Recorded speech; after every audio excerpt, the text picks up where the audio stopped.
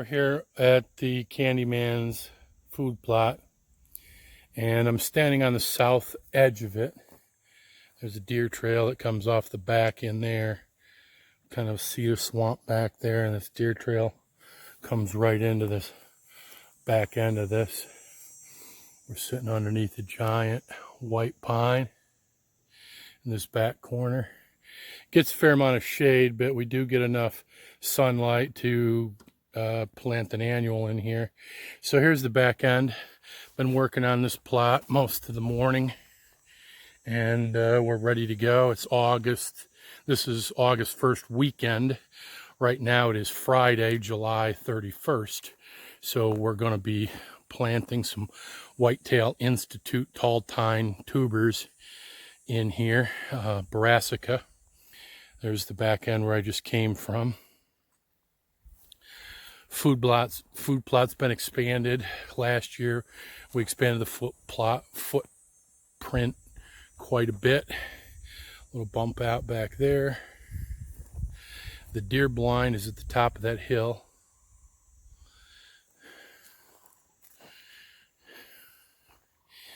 You can see kind of the trail going to the top of the hill, and then that's the main trail. I'm going to plant that trail into clover. That way it'll be an annual. It'll be a good draw for turkeys in the spring. Give them an annual or a perennial food plot to feed on, nibble on all year long. So this is the part we added last year. I still got a couple of stumps that at some point will come out, but they're not worth the effort right now based on the punch list I have on the property. There was a big pine tree down that I cut out of there. Here again at the top of the hill. So for crossbow season, for archery season, to that tree right there, I think is his 20-yard, 25-yard shot. So realistically, anything that steps out into this food plot here, he should be able to peg it with a crossbow. He's not going to have a shot at the other end. He's going to have to wait it out. But most of the action comes through this trail right here. There's a back trail that goes to bedding back in there. This is where the tree was down. Down in there, I see a limb hung up that I missed. Let's get that out of there before it ends up in the way. Bear with me. And I toss it right behind the tree. So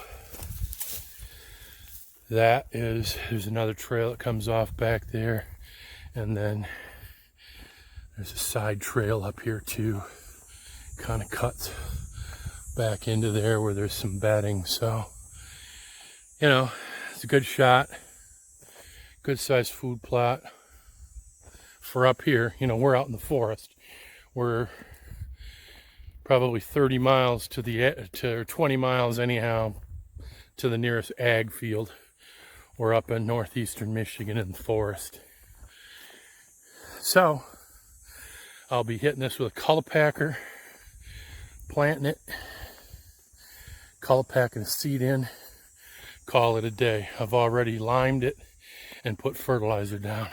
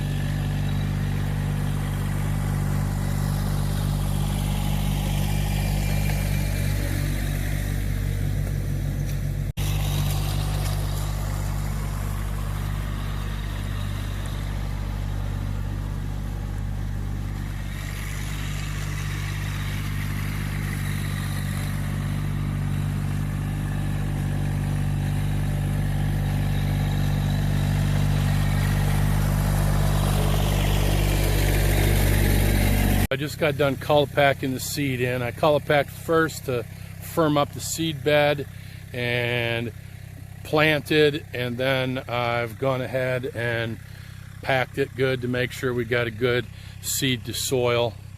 And you can see the ground. We're looking good. I can still see some seed, but it's been firmly pushed in there good. So if we do get a gully wash and rain, the little V's there are good, because instead of completely washing out, it'll wash into the tracks there and give us rows rather than, you know, having it wash 5, 6, 8 feet away. So there's good. That's one down. 4 more to go.